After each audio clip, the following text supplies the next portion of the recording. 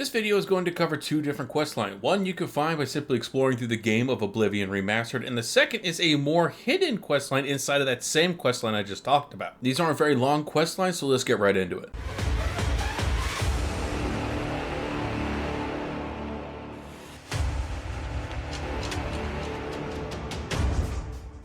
Now to start the initial questline, you want to make your way to Bruma. More particularly, you want to make your way to Castle Bruma. Inside the castle, you want to look for Tolgan, who is an NPC that usually doesn't leave the castle. He should be fairly easy to find. As you interact with him, you will eventually be given Lifting the Veil, a questline that we are going to be focusing on as the overarching questline that leads into that smaller hidden questline that I was mentioning in the beginning. So continue with the Lifting the Veil questline, which will have you interact with the Countess inside of this castle. Basically, what she's going to ask you to do is solve a small puzzle that will lead you to a particular cavern that will lead you to another dungeon. Now you are welcome to figure out the riddles that you're going to be getting from the Countess if you really want to, so I'd recommend you skip forward until I get done with the actual hints and showing the actual location of the cavern you need to go to if you don't want it to be spoiled. With that being said, the actual cave that you're looking for is just northeast of Bruma itself. It's going to be called Serpent's Trail. It's a very straightforward cave that you have to go into and get to the other end to actually continue this quest line. You'll know you're in the right place when you come across a skeleton with a stone tablet in its hands. You want to pick that up and then continue forward until you come across this door. Make your way through to the other side and you will officially be in the Pale Pass. This trail is the only way to actually get to the Pale Pass, which also leads into the fact you can only get to the second hidden quest line by going through this Lifting the Veil quest line. This is the perfect point to start talking about that hidden quest line, the Ring of Keys. This Ring of Keys quest line will not show up in your book, so what you want to do is make your way towards the end of this Pale Pass until you come across the castle. When you're looking at the castle, go to this particular frozen pond where you're going to see a small barrel that's going to have a crumpled note and a key that you want to grab. You don't need to worry about the note unless you want to read it, but the rusted key will lead you to another close by chest that's going to have another key. That second close chest is going to be up the hill to the left of the entrance to the larger part of the castle that is part of the Lifting the Veil questline. Inside of the broken tower on this hill, you are going to see another hidden rusty chest that rusty key opens up. Inside the rusty chest will be an old key. As you're starting to get, this old key is going to lead to an old chest. To find that old chest, you're going to need to backtrack a good ways. You want to backtrack along the path that brought you up to this main castle, past the two statues that are kind of framing the entrance to the castle, up to the top of the hill until you come across this particular rock. Once you see this particular rock, you want to jump on the other side of the rock, and nestled against that rock is going to be that chest that we're looking for. Inside of this chest is going to be the Forgotten Key. This Forgotten Key leads to another chest that is going to be above the entrance that we use to get to this region in the first place. Now this chest can be a little more difficult to find, so the best way that I can describe it is simply scale your way up the cliff side until you come across a smaller clearing. Once you get to the smaller clearing, you'll see some larger boulders that basically form another cliff, and at the base of those boulders you'll be able to find a chest blending in with the ground. This will be the final chest, and inside is going to be the Circlet of Omnipotence, one of the strongest rings you can find in the entire game. This ring gives you a straight up buff on agility, endurance, speed, strength, and willpower. It will scale with your level, so keep that in mind as well. So now that we found this super powerful ring, let's go back to Lifting of the Veil, the main quest that brought us to this location in the first place. All you have to do is go through this dungeon and make your way to the very end where you're going to have to interact with the ghost. I don't want to spoil any part of the dungeon itself because it is straightforward and it's a fun dungeon to go through in my opinion. You'll know exactly when you have come across the ghost that you need to talk to because he's going to be the only ghost that's shaped as a full person at this point, and you're going to have a decision to make as soon as you start talking to him, so it may be good to have a quick save. In the end of the conversation that you have with this ghost, you're going to have one of two options. One, you are able to give him the tablet from that skeleton that I mentioned earlier on in this video. That will be the dialogue option. Here are your orders. That is a peaceful resolution when interacting with this ghost. If you pick one of the other two options, it does the same outcome. You basically have to fight him and anything else that spawns in on the room depending on your level. Either option that you end up going with will eventually have you going into another room and picking up the amulet that we're looking for the Duchess. There is likely going to be good loot inside the chests in this same room, so don't forget to loot them before you leave to go back to the Duchess to really turn in this final quest line. When you return, you of course want to give the amulet to the Countess to help really complete the quest line and get the better outcome of this entire interaction with another powerful ring, though not as powerful as the Circlet of Omnipotence in my opinion. That ring is going to be called the Ring of the Viper Eye. As you see, it fortifies agility and resists magic that of course scales with your level, so the points and percentages are probably going to be different if you're a higher level than me, but still a very powerful ring compared to other rings you can find in the game. So it's a very quick and easy 2 birds 1 stone kind of situation, especially to get the Circlet of Omnipotence, which again is a very powerful ring that you get inside this game. So I hope you guys found this quick walkthrough guide helpful. If you did, make sure to hit the like, subscribe buttons down below so I know that you did find this walkthrough guide helpful, and I'll catch you guys in the next video.